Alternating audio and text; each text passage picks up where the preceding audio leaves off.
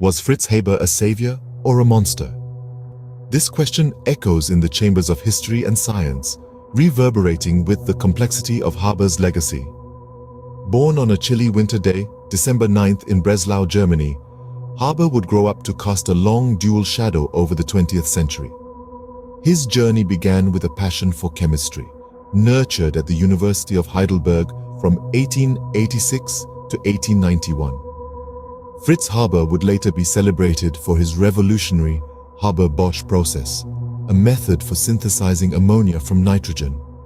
This invention, hailed as the most important technological innovation of the 20th century, led to the creation of fertilizers that sustain the food base for the equivalent of half the world's population today. Without Haber's work, it's plausible that half the world would have succumbed to starvation.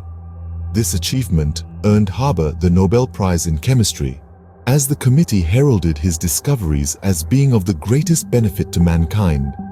He was seen as a savior, the scientist who bred from the air, saving the world from famine. But there is a darker side to Fritz Haber's legacy. The same man who prevented world hunger is also the scientist directly associated with the first use of chemical weapons in history.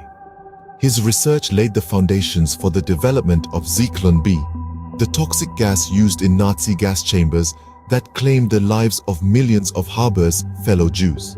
Haber, known as the father of chemical warfare, developed poisonous gases used in trench warfare during World War I, even supervising their use at the Battle of Ypres.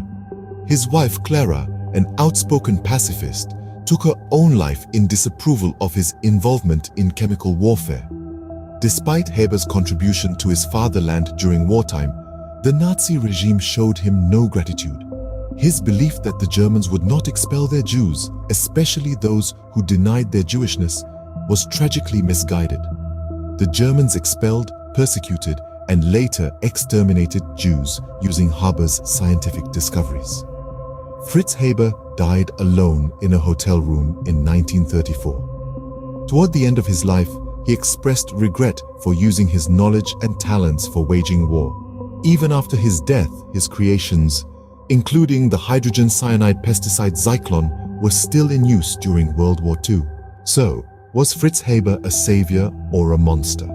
On one hand, he saved countless lives, while on the other, his inventions led to the deaths of millions. His life played out like a Greek tragedy, from celebrated savior to shunned pariah, his innovations coming back to claim his flesh and blood.